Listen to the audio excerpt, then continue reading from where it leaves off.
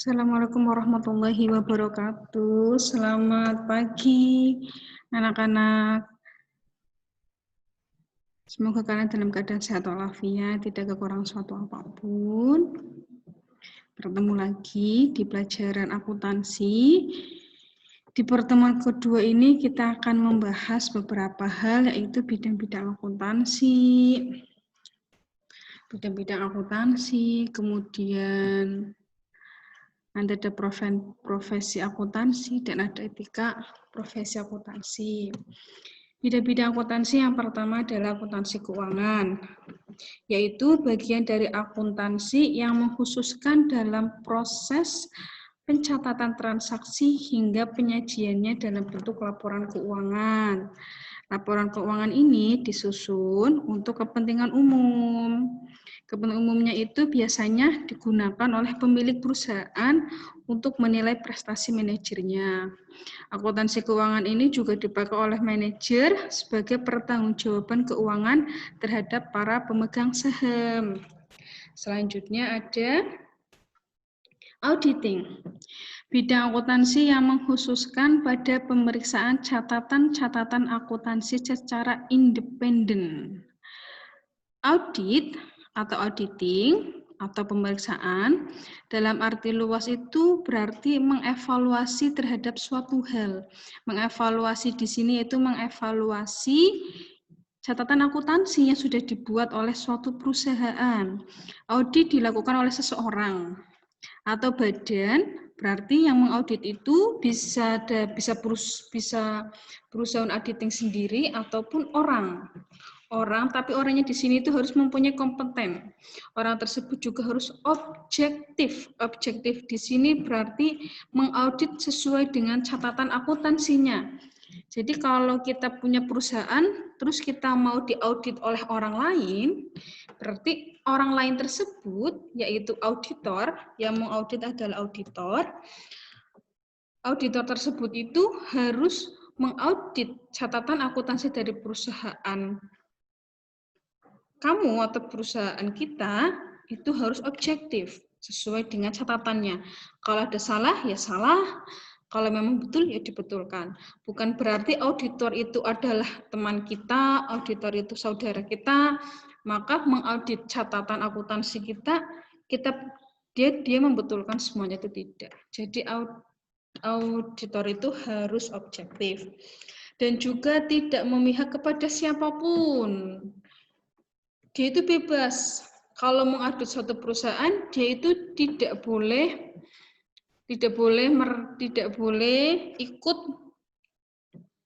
ikut mendukung perusahaan lain. Jadi dia itu mengaudit, contohnya mengaudit perusahaan A, tapi dia sengaja mengaudit perusahaan A supaya catatan akuntansinya itu hasilnya itu jelek, atau hasilnya itu ternyata catatan akuntansinya itu terjadi korupsi.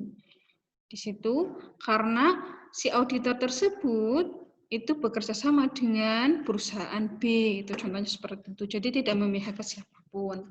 Selanjutnya ada akuntansi biaya, berhubungan dengan perencanaan, penetapan, dan pengendalian biaya produksi. Kalau akuntansi biaya itu biasanya digunakan di perusahaan-perusahaan manufaktur atau perusahaan-perusahaan yang memproduksi barang dari mentah sampai jadi perusahaan. Itu biasanya digunakan akuntansi biaya. Akuntansi biaya juga bisa digunakan di kegiatan-kegiatan kecil, seperti kalau kalian lebaran itu orang tua kalian, ibu kalian mau bikin usaha nastar, itu bisa dengan akuntansi biaya. Jadi terigunya berapa, menteganya berapa, telurnya berapa, terus vanilanya berapa tetes, itu nanti dirinci sendiri. Terus hasilnya itu nanti, seandainya itu hasilnya itu dari semua bahan itu, per satu toples nastar itu terigunya berapa, bahan-bahannya berapa itu, nanti hasilnya contohnya 15.000, itu pakainya akuntansi biaya, hasilnya 15.000, maka kalian mau menetapkan keuntungannya berapa. Bahan bakunya sampai jadi dengan toplesnya itu 15.000, kalian mau mengambil keuntungan 10.000, maka ditambah 15.000 ditambah 10.000 jadinya 25.000. Jadi kalian menjual satu toples nastar tersebut 25.000 dan sudah menggunakan akuntansi biaya. Itu insya Allah nanti kalau kalian pakai akuntansi biaya tidak akan rugi orang tua kalian karena tahu modalnya berapa, keuntungannya berapa. Selanjutnya di bidang-bidang akuntansi ada akuntansi manajemen. Akuntansi manajemen adalah bidang akuntansi yang mengkhususkan pada pengembangan dan penafsiran informasi akuntansi untuk membantu manajemen dalam menjalankan perusahaan.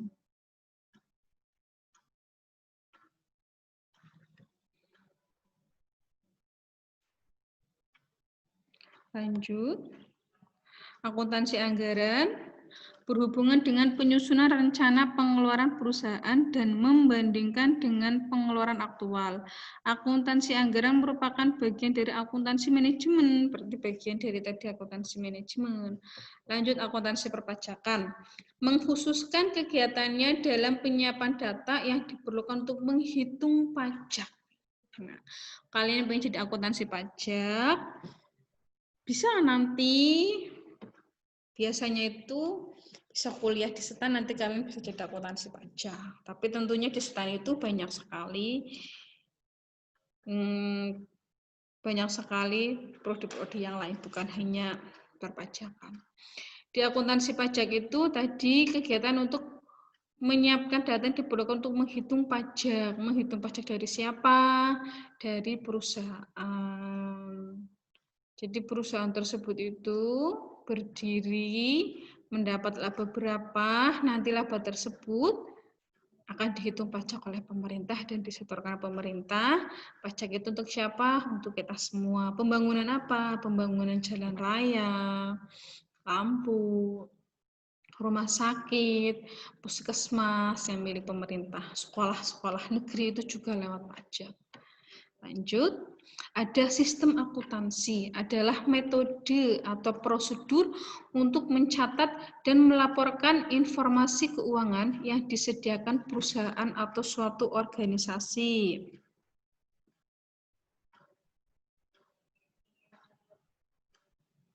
Lanjut.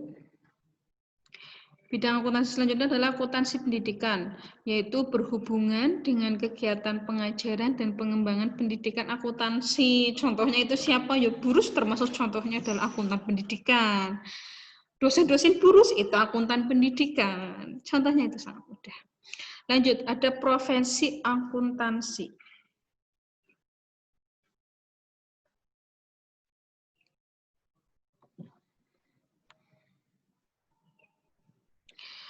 Akuntansi perusahaan adalah akuntan yang bekerja dalam perusahaan dan bertanggung jawab atas berbagai fungsi akuntansi serta keuangan perusahaan. Berarti yang membuat semua laporan keuangan itu adalah akuntan perusahaan. Ingat ya, Ibu ulangi lagi. Kita selanjutnya akan belajar tentang profesi akuntansi. Yang tadi sudah belajar bidang-bidang akuntansi, sekarang profesi akuntansi. Jadi bidangnya sudah ada pendidikan, ada pemerintah, dan ada yang independen juga. Selanjutnya ada profesi akuntan. Yang dikerjakan itu adalah akuntansi dan yang mengerjakan pelakunya adalah akuntan. Yang pertama akuntan perusahaan. Adalah akuntan yang bekerja dalam perusahaan dan bertanggung jawab atas berbagai fungsi akuntansi serta keuangan perusahaan. Berarti semuanya yang membuat akuntansi keuangan di perusahaan disebut akuntan perusahaan. Beda ya akuntansi dan akuntan. Lanjut, ada akuntan publik, adalah akuntan independen atau bebas yang secara perorangan atau kelompok memberikan jasa dalam bidang akuntansi bagi perusahaan atau organisasi bisnis dan non-bisnis. Ini tuh dalam bidang-bidang akuntansi itu termasuk auditing. Auditing itu namanya akuntan publik. Jadi dia tuh bebas mau mengaudit siapapun. Mau mengaudit perusahaan A, perusahaan B, perusahaan C, itu bisa namanya akuntan publik. Ada akuntan pemerintah. Dia itu bekerjanya mengakuntansi pemerintahan. Yang terakhir tadi, akuntansi pemerintah adalah akuntan yang bekerja pada lembaga-lembaga pemerintah yang tugas utamanya adalah merencanakan, mengendalikan, memeriksa penggunaan uang atau kekayaan negara.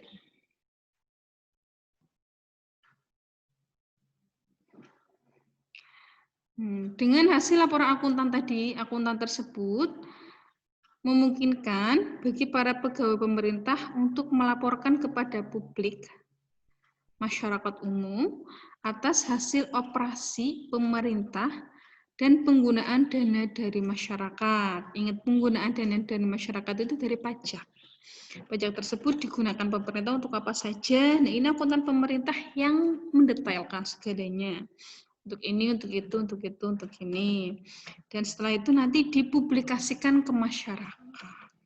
Kamu kalau mau tahu, ya cari saja di internet ada. Lanjut. Nah, ini etika profesi akuntansi.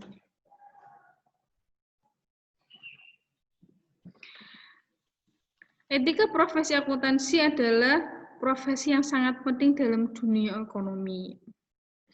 Wajib hukumnya bagi para akuntan memahami para akuntan. Akuntan adalah yang melakukan akuntansi, yang melakukan proses pencatatan akuntansi. Wajib hukumnya bagi para akuntan untuk memahami kode etik demi menjaga mutu dan kepercayaan para pengguna jasa. Karena kita itu memberikan jasa atau menjual jasa dengan melakukan pencatatan akuntansi, maka kita perlu menjaga sekali mutu, kualitas kita, dan kepercayaan para pengguna jasa. Pengguna jasanya siapa? Kalau dari akuntan internal perusahaan berarti pemilik perusahaan, investor. Kalau pemerintah siapa? Berarti masyarakat, juga pemerintah. Itu pengguna jasa. Kode etik profesi akuntan terdapat pada etika profesi akuntansi yang mengatur kaidah serta norma dalam lingkup profesional. Etika profesi akuntansi yaitu suatu ilmu yang membahas perilaku atau perbuatan baik dan buruk manusia sejauh yang dapat dipahami oleh pikiran manusia terhadap pekerjaan yang membutuhkan pelatihan dengan penguasaan terhadap suatu pengetahuan khusus sebagai akuntan. Ulangi sekali lagi, etika profesi akuntansi yaitu suatu ilmu yang membahas perilaku atau perbuatan baik dan buruk. Ilmu, ini ilmu ya, yang membahas perilaku, perbuatan baik dan buruk manusia. Ini manusia dalam hal ini adalah seorang akuntan. Akuntan dalam memahami oleh pemikiran, ulangi lagi, perilaku baik dan buruk manusia sejauh yang dapat dipahami oleh pikiran manusia terhadap pekerjaan. Pekerjaannya apa? Sebagai akuntan dalam melakukan pencatatan akuntansi yang membutuhkan pelatihan dan penguasaan terhadap suatu pengetahuan khusus sebagai akuntansi. Ya, intinya itu di sini baik buruknya kita sebagai seorang akuntan ketika melakukan proses pembuatan catatan akuntansi. Dan di dalam etika profesi akuntansi itu ada 8 prinsip. Yang pertama, tanggung jawab profesi. Dalam melaksanakan tanggung jawabnya sebagai profesional, setiap anggota di sini berarti akuntan harus senantiasa menggunakan pertimbangan moral dan profesional dalam semua kegiatan yang dilakukannya. Mempertimbangkan moral. Moral berarti seandainya kita mau berbuat jahat atau memanipulasi data supaya keuangannya itu menjadi sedikit atau labanya sedikit karena perusahaan tersebut mau supaya labanya sedikit jadi nanti pajaknya sedikit, itu kan tidak sesuai dengan moral yang baik. Itu salah satunya adalah tanggung jawab profesi. Yang kedua, kepentingan publik. Setiap akuntan berkewajiban untuk senantiasa bertindak dalam kerangka pelayanan kepada publik, menghormati kepercayaan publik, dan menunjukkan komitmen atas profesionalismenya. Satu ciri utama dari suatu profesi adalah penerimaan tanggung jawab terhadap publik. Kepentingan utama profesi akuntansi adalah untuk membuat pemakai jasa akuntan paham bahwa jasa akuntan dilakukan dengan tingkat prestasi tertinggi, sesuai dengan persyaratan etika yang diperlukan untuk mencapai tingkat prestasi tersebut. Selanjutnya ada integritas. Untuk memelihara dan meningkatkan kepercayaan publik, setiap anggota harus memenuhi tanggung jawab profesionalnya dengan integritas setinggi mungkin. Integritas ini mengharuskan seorang akuntan bersikap jujur dan berterus terang tanpa harus mengorbankan rahasia penerima jasa. Jadi meskipun rahasia tersebut akan merugikan yang menerima jasa kita harus tetap mempublikasikannya. Lanjut yang keempat, objektivitas. Sudah Ibu bahas atau singgung dari awal, objek itu sesuai dengan bendanya. Jadi kita sebagai akuntan itu harus sesuai dengan apa yang akan kita kerjakan. Kalau seandainya di perusahaan tersebut ternyata memanipulasi data, ya berarti kita harus dengan fair mengatakan bahwa catatan akuntansi ini tidak relevan. Selanjutnya ada kompetensi dan kehati-hatian profesionalitas. Kompetensi dan ketekunan serta mempunyai kewajiban untuk mempertahankan pengetahuan atau juga meningkatkan pengetahuan. Seiring berkembangnya zaman itu, ilmu semakin berkembang juga, kita harus mengikuti juga ilmu-ilmu yang terbaru. Dulu itu kalau akuntansi itu kenapa dinyatakan pencatatan? Karena dulu itu akuntansi pertama kali digunakan itu menggunakan tangan atau ditulis secara tertulis pakai tangan, itu namanya pencatatan. Kalau mungkin seandainya akuntansi itu ditemukan sekarang di zaman adanya komputer seperti ini, mungkin bukan lagi dinyatakan akuntansi adalah suatu proses pencatatan, tapi akuntansi adalah suatu proses pengetikan. Karena berkembangnya zaman, maka kita harus menjaga profesionalitas kita terhadap keilmuan yang kita jalani. Yang keenam, kerahasiaan. Yang enam ini kerahasiaan.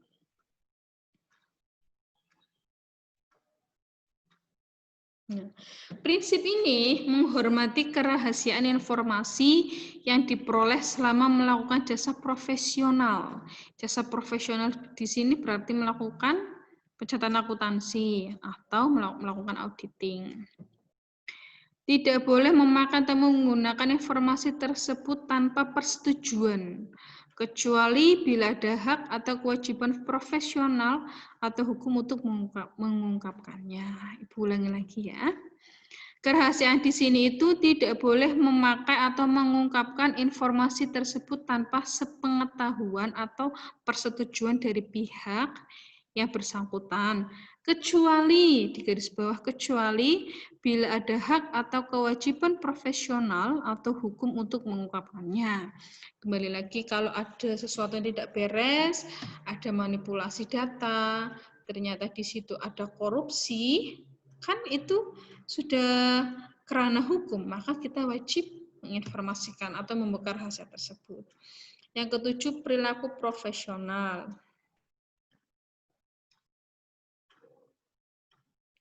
Kalau ini kita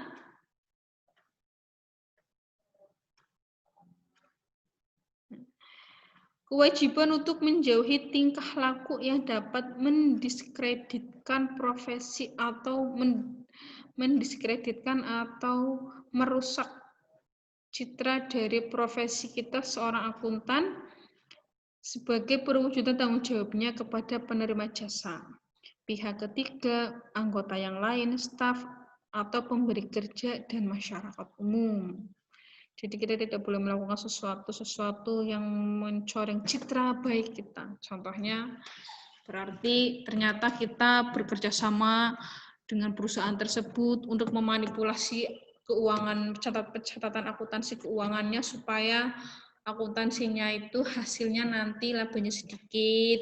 Jadi nanti bayar pajaknya sedikit, maka uang tadi yang harus, contohnya dari laba perusahaan itu harus membayar pajak itu sesuai dengan aslinya adalah 100 juta. Tapi karena kita mencoreng citra profesional, citra profesi kita, maka kita korupsi, datanya kita rubah, yang harusnya membayar pajaknya 100 juta, kita potong menjadi 50 juta ke pemerintah, maka 50 juta tersebut kita bagi dua dengan perusahaan tersebut. Itu mencoreng citra baik kita. Lanjut ada standar teknis yang terakhir. Standar teknis, Ibu ulangi. Standar teknis di sini adalah standar yang dikeluarkan oleh Ikatan Akuntansi Indonesia atau International Federation of Accountants, badan pengatur dan peraturan perundang-undangan yang relevan.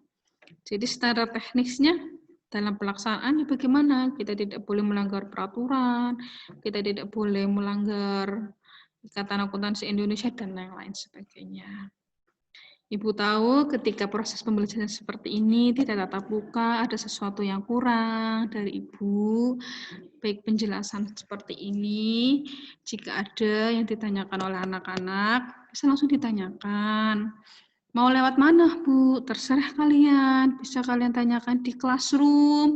Jika di classroom ternyata beberapa hari Ibu tidak menanggapi karena kesibukan, bisa kalian japri ke wali kelas, tanyakan materi mana yang tidak paham. Nanti kalau kalian perlu video call tatap muka dengan Ibu, Ibu akan menyediakan waktu untuk kalian.